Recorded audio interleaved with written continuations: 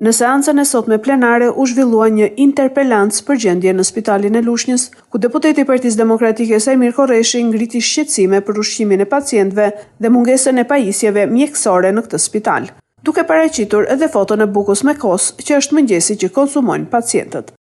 Nuk ju vjen çik turp ju, po turp para shqiptarëve nuk ju vjen? O e turp, kur dili pas qyr kur thoni këto. Nuk ju vjen turp? Po hajde pra shkojmë Lushit të dy dhe të shikosh se çfarë strukture ke. Kaq, turp. Sepse po të kishin një fije të cipe, thoshit u boku po e pas kam lëshë decin. Si rika mu këtu. O bobo. Hajde pra Lushe shikoj atje. Unë kështu kam qef që ti të japësh televizë televizive, sepse lushnjahët e din mirë se ku rrin atje. Edhe synet liqet janë rrallur atje, nuk merre më përsipër. Dakorta? Ajo e anestezis, se ta thonë miqe shok të tut, 6 muaj nuk punoj se nuk e gjiste njëri aparatin. Oj, me e deruar, oj, kuptoti që të turpimi. Ti sot ke një pacient për 57 ditësh në Lushnje, që mjekohet, rri atje, që nuk ka,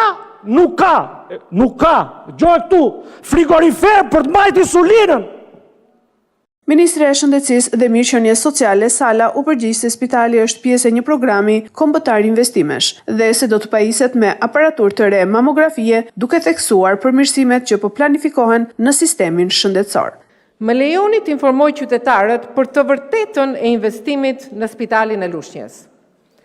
Spitali Bashkiak Lushnjë mbulon mbi 63.000 banor dhe funksionon në godina të ndërtuara para viteve 90.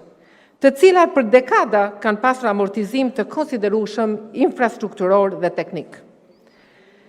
Kjo nuk është një problematik e krijuar sot. Është një trashëgimi shumë vjeçare që për vite me radhë nuk mori investimet e nevojshme.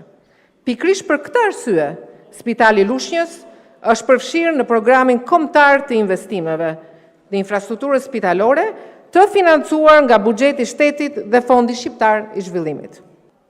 Ndërhyrja po realizohen në godinën numër 3 të spitalit, ku funksiononin urgjenca, imazhëria, kirurgjia, reanimacioni dhe patologjia.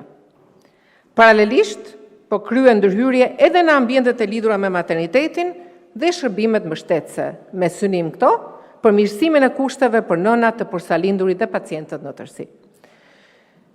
Ky nuk është një investim fasad, nuk është një lyerje muresh për fotografi propagandistike, është një rikonstruksion i plot infrastrukturor që përfshin rehabilitimin e ambienteve spitalore, rikonstruksionin e rrjeteve teknike, përmirësimin e kushteve higjieno-sanitare, rritjen e sigurisë teknike dhe modernizimin e kushteve diagnostikuese dhe trajtuese.